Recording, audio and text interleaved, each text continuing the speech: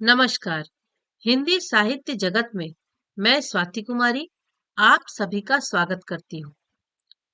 दोस्तों, ये मेरा YouTube चैनल है। इस चैनल के माध्यम से मैं आप सभी को हिंदी साहित्य और हिंदी व्याकरण के अंतर्गत आने वाले सभी महत्वपूर्ण विषयों से अवगत करवाऊंगी, जो कि आपकी परीक्षा के दृष्टिकोण से भी बहुत ही महत्वपूर्ण होगा। आप लोग अपनी सफलता के लिए और अपने ज्ञान को बढ़ाने के लिए मेरे साथ इस चैनल पे जरूर जुड़िए। और साथ ही मेरा ये रिक्वेस्ट भी है कि आप लोग मेरे वीडियो को लास्ट तक जरूर देखें, और यदि आपको हमारा वीडियो अच्छा लगे तो उसे लाइक भी कीजिए और कमेंट में अपना फीडबैक भी जरूर दीजिए। चलिए, आज का हम लोग टॉपिक अपना स्टार्ट करते हैं। आज का हमारा टॉपिक है शब्द। ये बहुत ही महत्वपूर्ण टॉपिक है, इसलिए मैं आप लोगों से ये विशेष निवेदन के साथ कहूंगी कि आप लोग इस टॉपिक को लास्ट तक देखिएगा। इसके एक से भी ज्यादा पार्ट आएंगे, और जितने भी इस शब्द के ऊपर वीडियो में बनाऊंगी उन सभी वीडियो को देखिएगा।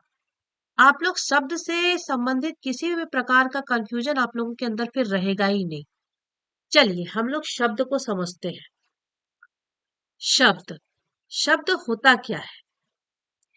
तो शब्द दो या दो से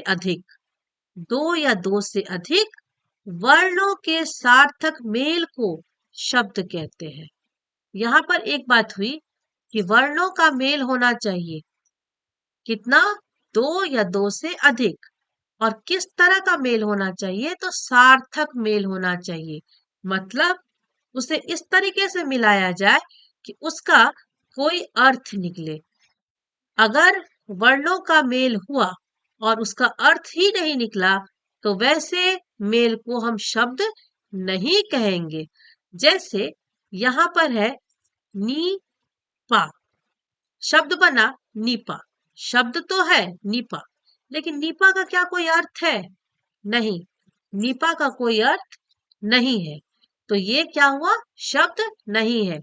वर्णों का मेल है लेकिन सार्थक मेल नहीं है, तो ये शब्द नहीं है। फिर है ताची, ताची, इसका भी कोई अर्थ नहीं है, तो यह भी कोई शब्द नहीं कहलाएगा। वर्णों का मेल हो लेकिन सार्थक मेल हो। दूसरा है सार्थक समूह। वर्णों का अब सार्थक समूह करके हम देखेंगे कि कैसे वर्णों का सार्थक समूह शब्द का निर्माण करता है। जैसे क, म, ल, तीन वर्ण एक साथ मिल गए हैं और बन गया कमल। मतलब यह एक फूल है। न, य, न, नयन, नयन का मतलब आंख। वर्णों का मेल हुआ लेकिन एक शब्द भी बना, तो यह भी एक शब्द है। दीघा, दीघा, यह भी एक शब्द है। अब हम लोग समझ चुके हैं कि शब्द किसे कहते हैं। तो वर्णों का सार्थक मेल शब्द कहलाता है। कैसे वर्णों का? तो दो या दो से अधिक। अब होगा, अब हम लोग जानेंगे शब्दों का वर्गीकरण। शब्दों का वर्गीकरण हम लोग समझते हैं। इसके आगे शब्दों के वर्गीकरण के साथ साथ हम लोग शब्द को किन आधारों पर वर्गीकृत किया गया है ये भी समझेंगे। शब्दों का वर्गीकरण चार आधारों पर किया गया है। कितने आधारों पर? चार आधारों पर। चार कारण हुए शब्दों को चार भागों में बांटा गया है, चार कारण से। सबसे पहला है उत्पत्ति के आधार पर, दूसरा रचना के आधार पर, तीसरा विकार के आधार पर, और चौथा अर्थ के आधार पर। सबसे पहला है उत्पत्ति के आधार पर। देखिए, इस वीडियो में हम लोग जितने शब्द के वर्गीकृत नाम है और इसके अंतर्गत आने वाले शब्दों के प्रकार, उन सब से अवगत होंगे। सबसे पहला है उत्पत्ति के आधार पर। इसमें उत्पत्ति के आधार पर शब्द को चार प्रकार में बांटा गया है। कौन कौन? तो सबसे पहला है तत्सम, फिर तद्भव, फिर देशज, उसके बाद विदेशज। उत्पत्ति के आधार पर शब्द को कितने प्रकार में बांटा गया है? तो 4 प्रकार में, तत्सम, तद्भव, देशज और विदेशज। हाँ, ये है बनावट या रचना के आधार पर। तो बनावट या रचना के आधार पर शब्दों के 3 प्रकार हैं। कौन कौन? रूढ़,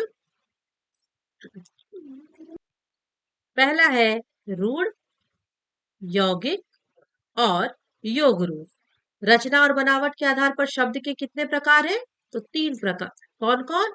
रूढ़, यौगिक और योग रूढ़। ये हुए रचना और बनावट के आधार पर। इसके बाद है ग, विकार के आधार पर। विकार का अर्थ होता है जो परिवर्तित होते हैं। तो विकार के आधार पर शब्द के 2 प्रकार हैं। कौन कौन? पहला विकारी और दूसरा अविकारी। तो विकार के आधार पर शब्द के कितने प्रकार हैं? विकारी और अविकारी। पहला है विकारी शब्द। विकारी शब्द के आधार पर भी शब्द को 4 भागों में बांटा गया है। कौन कौन? संज्ञा, सर्वनाम, विशेषण और क्रिया। संज्ञा, सर्वनाम, विशेषण और क्रिया, ये जो आप शब्द सुने और जरूर आप कुछ ना कुछ इसके बारे में जानते होंगे, आपको पता है यह भी शब्द के ही प्रकार है। दूसरा है अविकारी शब्द। अविकारी शब्द को भी 4 भागों में बांटा गया है। 4 प्रकार है इसके भी। कौन कौन? क्रिया विशेषण, समुच्चय बोधक, विस्मयादि बोधक और निपात अव्यय। ये जो 4 है यह अविकारी शब्द के प्रकार है। सबसे अंतिम और चौथा प्रकार है अर्थ के आधार पर। तो अर्थ के आधार पर शब्द के 4 प्रकार है। यहाँ भी अर्थ के आधार पर शब्द के कितने प्रकार है? 4 प्रकार है। कौन कौन? सबसे पहला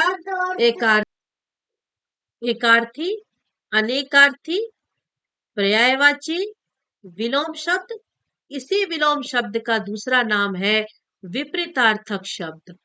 तो अर्थ के आधार पर शब्द के कितने प्रकार हैं? 4 प्रकार हैं। कौन कौन? एकार्थी, अनेकार्थी, पर्यायवाची, विलोम शब्द या विपरीतार्थक शब्द। तो ये हुए हमारे शब्द के प्रकार। आप लोग जान गए शब्द किसे कहते हैं? किसे कहते हैं बताइए मुझे। आप लोग इस क्वेश्चन का आंसर कमेंट बॉक्स में कमेंट करके जरूर बताएंगे।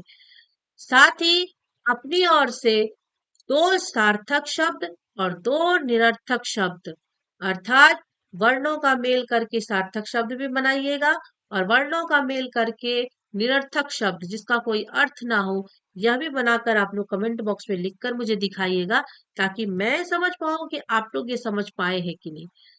फिर भी मैं उम्मीद करती हूँ कि ये वीडियो अंत तक देखने के बाद आप लोग कम से कम शब्द क्या होता है, शब्द किसे कहते हैं और शब्द के कितने प्रकार हैं, इससे अवगत हो गए होंगे।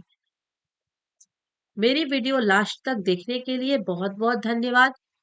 अगर आप लोगों को इस वीडियो से संबंधित या इस टॉपिक से संबंधित कोई भी प्रश्न, यदि आप लोगों का इस वीडियो से संबंधित कोई प्रश्न हो तो आप लोग जरूर कमेंट बॉक्स में कमेंट करके मुझसे पूछिएगा। आपके एक एक प्रश्न का उत्तर मैं जरूर दूंगी।